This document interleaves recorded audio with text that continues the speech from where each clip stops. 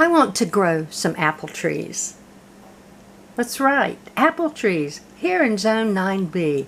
Oh, well, sorry, Zone 10A now, since the new USDA plant hardiness zone map has come out. Well, the first thing, of course, is get some apples, get some seeds. These are Gala apples, and this is one of the apple varieties I'm supposed to be able to grow in my planting zone. Our local grocery store had them on sale. We got a little bag. I've been eating off of them for a while. Today, though, I'm going to go ahead and extract all the seeds, and I've already started. Little bitty seeds. I've grown apples before, the trees out before. They're beautiful trees, and I actually use them all to make trades with. So, let's get some apple seeds out. Hi, I'm Elise. I'm glad you stopped by. After I get all the apples peeled, get the seeds out, I'm going to make a kind of a little dessert topping, and then we'll go outside and we'll actually plant the apple seeds, or some of them. This year I'm going to do a little bit different. Some I'm going to go ahead and plant, some I'm going to just low chill stratify, and a couple I have an idea of an experiment to try. So we'll see what happens. I'm just peeling them, that's all. And if your apples start turning a little brown, that's just the enzymes coming to the top to where it has been exposed to air.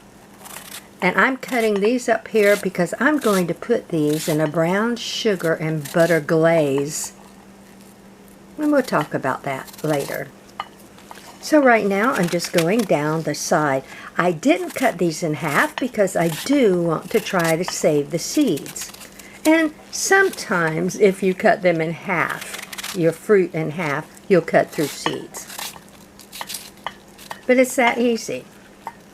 There's many ways you can cut your apples up to get to the seed, as long as you get there. And that's about as far as I'm going to go. And I have a bowl over here that has my apple peels, and I'm putting my cores in. These won't be wasted though. In fact, there's nothing on this apple that's going to be wasted. You can compost these, you can earth compost them, you can feed them to your animals, you can feed them to the wild animals, you can make a green biomass liquid fertilizer to feed your plants with, you can make apple cider vinegar. So, loads of uses for the peels. And if you're making apple cider vinegar, you can use the cores too. Nothing is wasted. I'm just going to pop this in half. And some of the seeds already fell out. And there's multiple seeds, even in these little bitty apples. Not all of them's going to germinate. That one was no good. It was a dried seed. You have to have a seed that has a little bit of girth in it. You can actually feel the embryo. Now, you can stratify these. You can try nicking them a little bit. You can soak them. You can start them in the wet paper towel method. Loads of ways to do it. What I would suggest, do what I'm doing, get you a bag of apples of your favorite apple and try different ways to see what works in your area.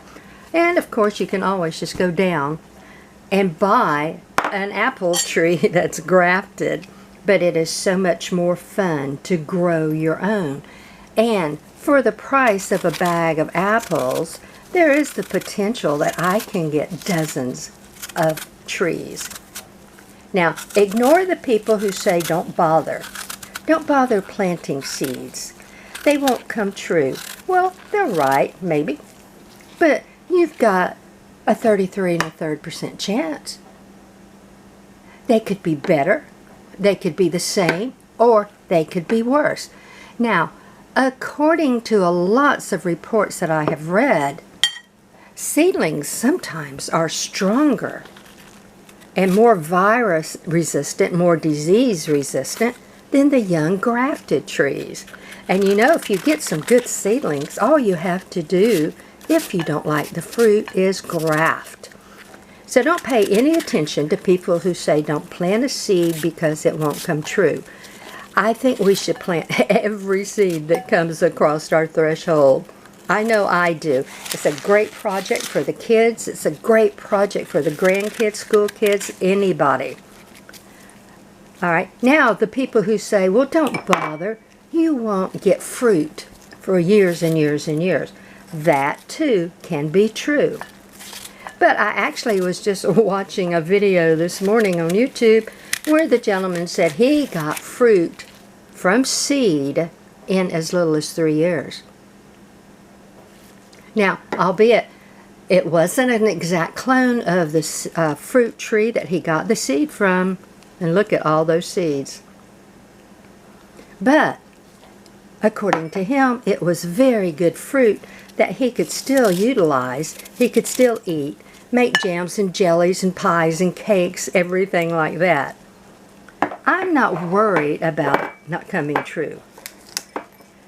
And like the gentleman was saying, now he has his own variety of tree and he named it after himself. So you can do that. As far as the length of time, we don't know. It could be 3 years, it could be 4 years, and I've even read some reports that said, oh, don't bother at all. And you have to wonder why somebody would say that. It might take 10 years for a particular variety. Maybe the tree's not happy. We don't know.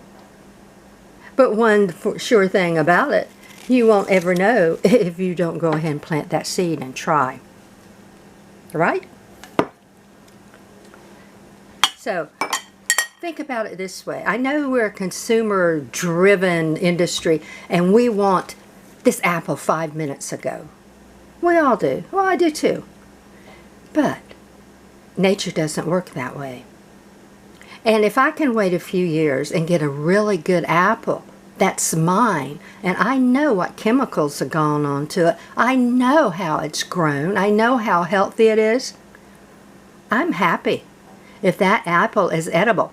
Even if that apple isn't really, really sweet and juicy and crisp and all those wonderful things that make apples apples, as far as we're concerned, it still could be a good apple.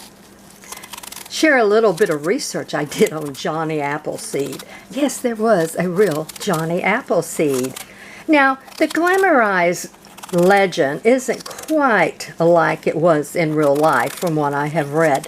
There was a Johnny Appleseed, and yes, he did travel throughout the United States. He did not cross from sea to shining sea. He did carry a bag of apple seeds. He dressed in a sack that he cut the hole out of on the top for his neck, and he cut the sleeves out for his arms. And most of the time, he walked barefoot. And one of the nice things they said about him was he seemed to always have a knack to know where to go, and that the settlers then kind of followed his track. And he would plant apples out for them. Now, they weren't these sweet dessert apples like we're used to getting at the grocery store. They were a little tart, small, and hard, but they were perfect to make apple cider with, which was the drink of choice for many people going westward back in those days. Kind of interesting. Okay. I'm going to go ahead and finish these up, make my little dessert topping, and I'll come back and share that with you. Now, there's over 7,000 cultivars, varieties of apples, and there's still apples that grow out in the wild. And they've been around for thousands and thousands of years. So apples are a good thing to grow. All right, so they don't produce fruit for you right away. Forget the fruit. Just forget it completely, just for a moment. Pretend that this is an ornamental tree. It's going to give you a beautiful tree, because apple trees are quite beautiful. It's going to give you shade. It's going to help oxygen in the air. It's going to have wonderful applications for your wildlife. It provides habitat, nesting, perching, hiding places. It's wonderful for the pollinators because if it does bud out, produce buds and blooms, and it's going to be great for your pollinators. So here's all these wonderful things about apples that we don't ever think of because we're so focused on the fruit. So let's not focus on the fruit. Let's focus on growing a beautiful, healthy tree that is great for the environment.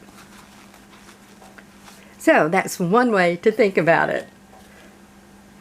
All right, I'll meet you back in a minute. Still in the kitchen. I decided to go ahead and cook my apples. I did get them all peeled. I got all of the seeds out. I got the seeds washed, and they're dry. And they're drying in this little strainer. My kitchen really isn't set up to show you how to physically cook something, but let me show you this. This is the apples, the little apple slices that I made.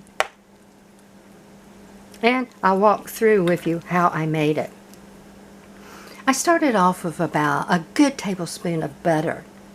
I melted that in the pan. I added enough brown sugar to soak up the butter. Then I just dumped the apples in, put a lid on it. You don't need to add any other liquid. Apples will cook out a lot of liquid. So then I let that kind of steam around for a little while. So I did go back and I added about, another teaspoon or so of butter and another maybe quarter cup of brown sugar because I didn't have enough of the brown sugar and the butter to counteract all the juices that the apples were cooking out. And then I just put a lid on them. I put them down on medium and I let them cook. I let mine cook until they are soft, but yet still have just a little integrity left, not much. And I don't want to cook them down to where the syrup burns because I want that syrup to stay light and good tasting. I did add some cinnamon, about a teaspoon of cinnamon, but you can add as much or as little or none at all. You can use allspice, you can use cinnamon, you can use cloves, you can use vanilla, whatever spices that you like. You can put a little dab of lemon in here, and some folks do like to do that. So this is something that you can make into your recipe. Very fast, very simple. So what can you do with this? Well, cheesecake topping, ice cream toppings, jams, jellies, pies, cakes, cupcakes, muffins. What's really good is take a spoonful of this and put it in a little bitty compote bowl or something like that and serve it as a side dish with ham. Really, that's good. And make sure you put a little of the extra juice in so that if you want to dip your little ham pieces in that juice, you can. If you have too many apples, too much of a mixture left, that you can't eat all of it, because I don't keep it in the fridge a long time. I may keep it in the fridge a day or two. I don't do canning, so I can't speak to that. But if I have apples left over, I freeze it. I just put it in little baggies and I freeze it. That way, if I want to add this as a topping to something or as a side dish, I just go and get a little bag. Fantastic way to use up a bunch of apples. And I can't tell you how good this smells. It tastes even better than it smells. And unfortunately, I don't have a cheesecake, which I would love to have a cheesecake to put some of this on. But I am going to make a white sheet cake. And then I will just drizzle some of this over my individual serving pieces of cake. And put a little whipped cream on top, of course. Gotta have a little whipped cream. Let's go plant some seeds. Okay, it's time to go ahead and plant the Gala apple seeds.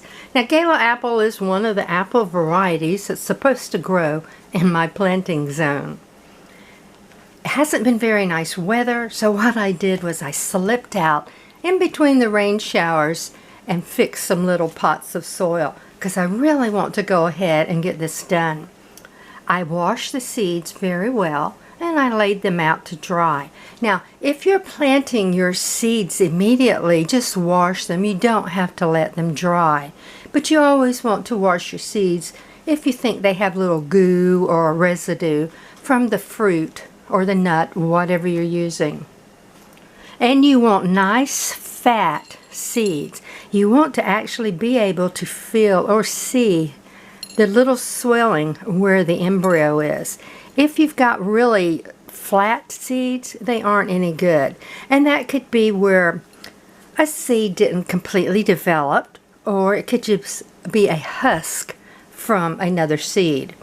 So I have quite a few little seeds here left. I have 4 different ways I'm going to start germination process for these Gala apples. And you can use these same methods for any seed, except maybe recalcitrant seeds. But that's another whole ball game. All right, so first, just the basic way. I have some little cups filled up with some all-purpose soil. I like using these little drink cups. They're recyclable. You can use them over and over and over. Just make sure you've got good drainage holes in them. And another thing I really like about them is that you can come in and write on them what's in the cup. You don't have to make extra labels. And then when that particular plant is through, all you have to do is mark through that writing and start another label. Then the soil is moistened. All I'm going to do is lay a seed down in each cup. This time I am only putting 1 seed per cup. I always just lay them on the side. I always go through first and lay everything out.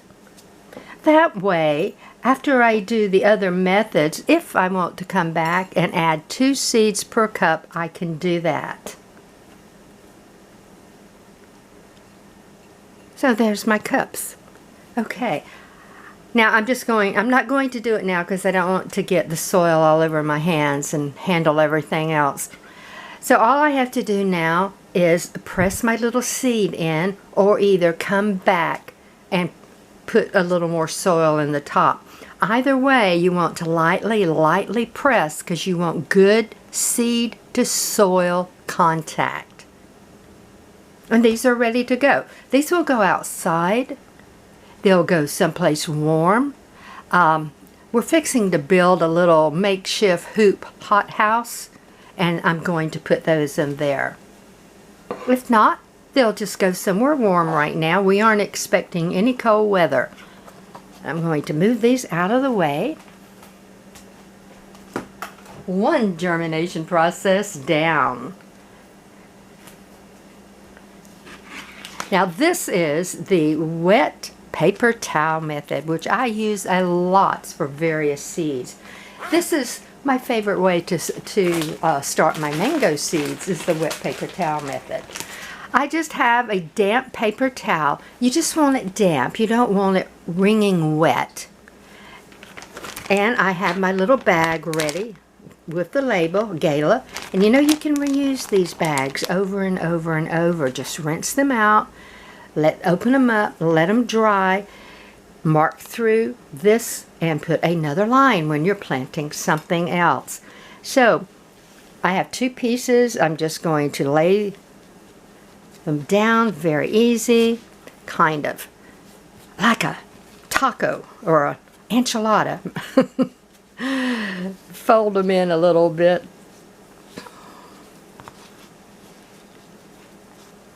Little bit more.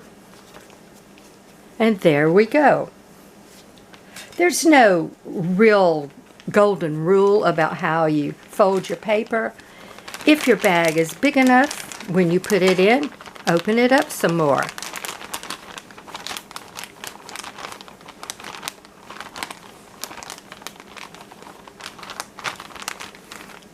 So, there you go. I seal mine. Some folks halfway seal it, some folks leave it open. Now, this is going to go into the refrigerator. And down in the bottom, in your crisper, that area. And I'm going to start checking these every 3 or 4 days. If I see any little sprouts, I'll take those out and go ahead and plant them. So, option number 2, the wet paper towel method. All right, this is a brand new germination method for me. It is a quick chill method. So you start off by getting a little ice tray. You fill it about halfway full with water. You freeze that. Then you can either let it sit for a few minutes to loosen up or pour a little bit more water in. Then you're just going to drop 1 seed in each compartment.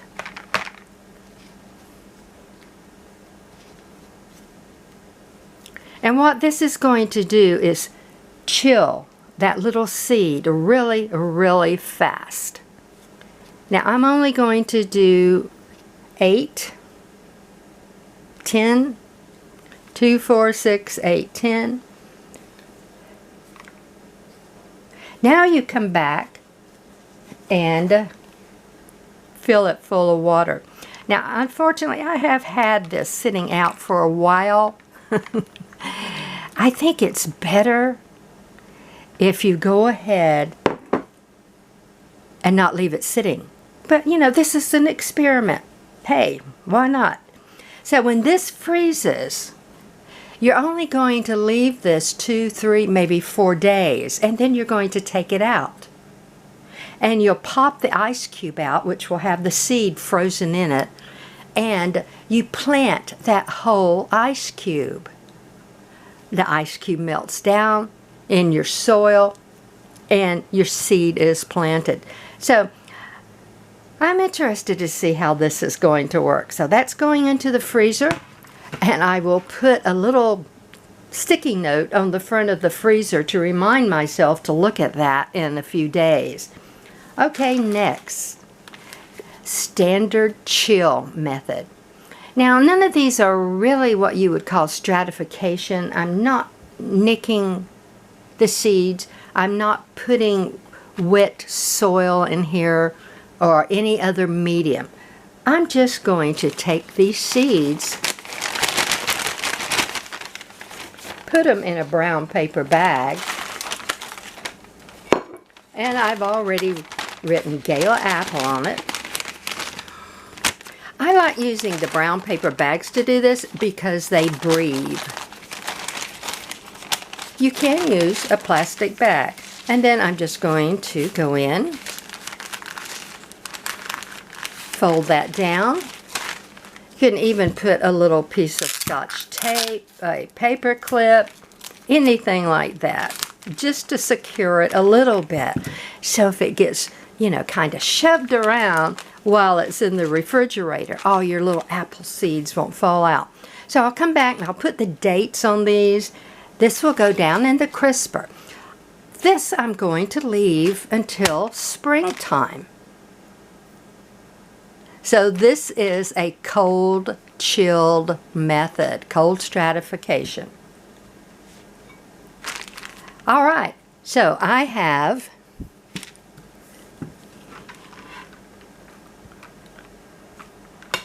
my paper towel method, the cold stratification method, this new ice cube method, and then of course the standard plant in the container method. So I have 4 germination processes started, and I'm going to have to keep a little log to see if in fact any of them do germinate, and the date, the times, how long it took, all that good stuff. I'll let you know how this goes. Brand new to me, but I'm always willing to try an experiment. Gala apples. Again, you can use these processes on just about any seed. especially any seed that you want to cold chill for a while. That's it. Remember all that great apple and cinnamon sugar that I made the other day? Guess what? It's snack time. Till we speak again, have a fantastic day.